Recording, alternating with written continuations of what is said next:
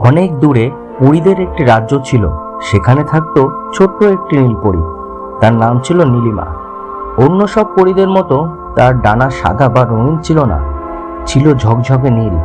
সে যখন আকাশে উড়ে বেড়াতো মনে হতো এক টুকরো নীল আকাশ মাটিতে নেমে এসেছে। একদিন পরীদের রাজ্যের সবচেয়ে বড় আলো জাদুকরি ফুল পড়ে যায় অজানা এক বনের গভীরে। নীলপরী নীলিমার উপর দায়িত্ব পড়ে সেই জাদুকরি ফুল খুঁজে আনার জন্য। নীলপরী উড়ে গেল সেই গভীর বনে।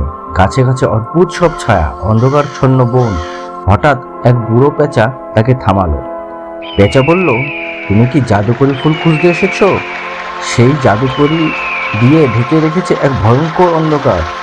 নীলিমা কিছু না বলে চলে যায় সেই ভয়ঙ্কর অন্ধকারের কাছে। নীলিমা নিজের ডানার আলো ছড়িয়ে দেয়, সেই নীল আলো অন্ধকার ভেদ করে জাদুকরি ফুলটি মুক্ত করে। সেই মুহূর্তে চারপাশে আলোকিত হয়ে ওঠে।